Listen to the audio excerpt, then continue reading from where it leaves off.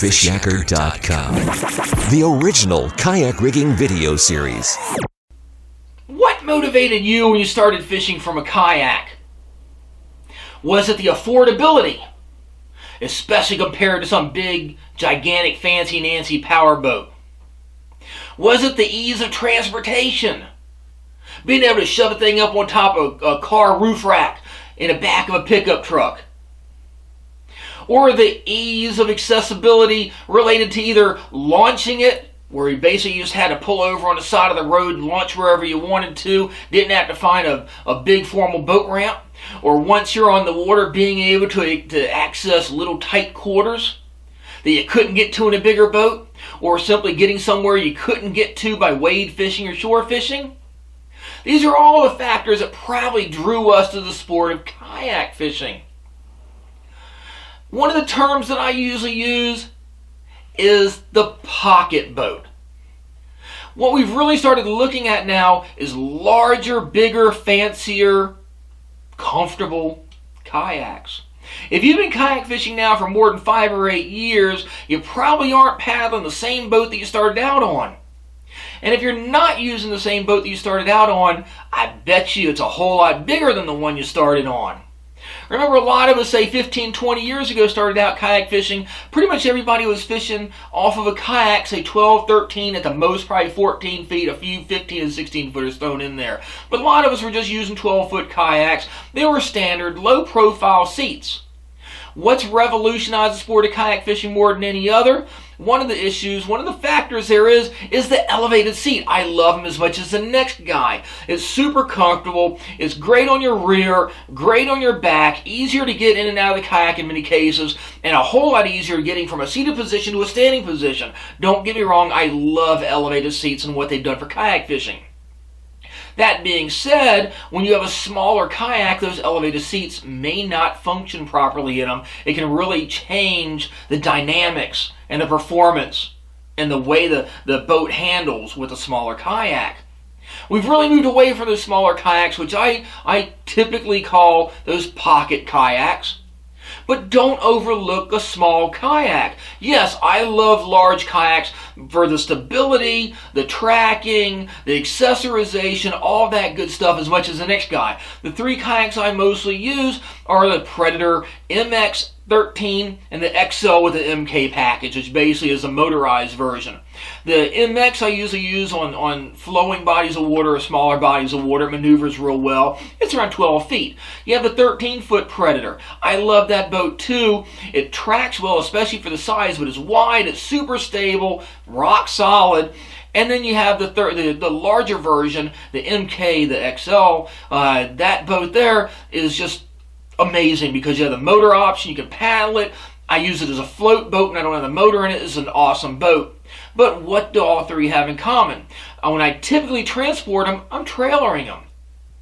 That's one of the things a lot of us have gone away from. Looking more and more on Facebook and on YouTube and in the magazines and stuff, what do you hear everybody talking about? Oh, the cool new trailer.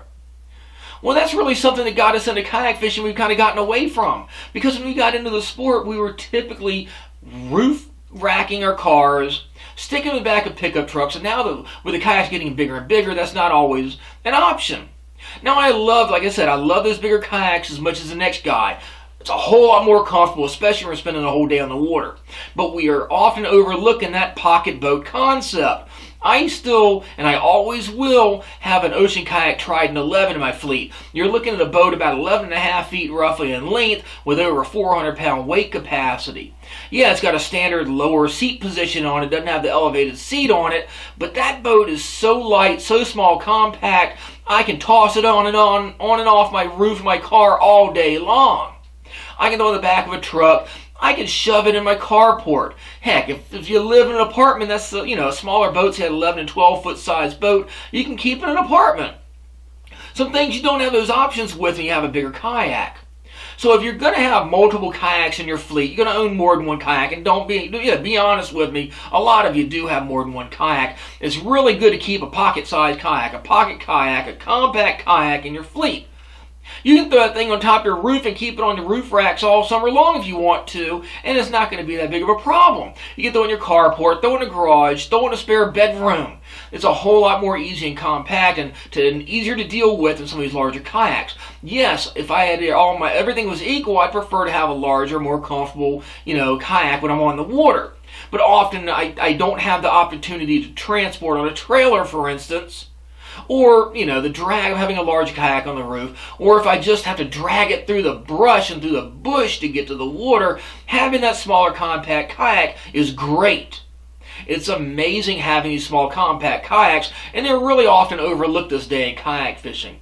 So if you're looking to have a really versatile kayak, and you're looking to have something, in addition to your larger kayak, don't overlook going out and getting an 11 or 12 foot kayak and keeping it in your fleet. Like I said, the Trident 11 is an amazing kayak. I take the thing out, I float the rivers in it, I've done surf launches in it. It tracks fairly well. It's not going to track like a 16 foot kayak. It's not going to be as fast. But for instance, you shop around, you get the right size and the right design for you, and it's going to do most anything that bigger kayak is going to do. You just might have to, count out the elevated seat option for it. But you're seeing more and more manufacturers even go to elevated seats and a little bit more comfortable seating options for your smaller kayaks too.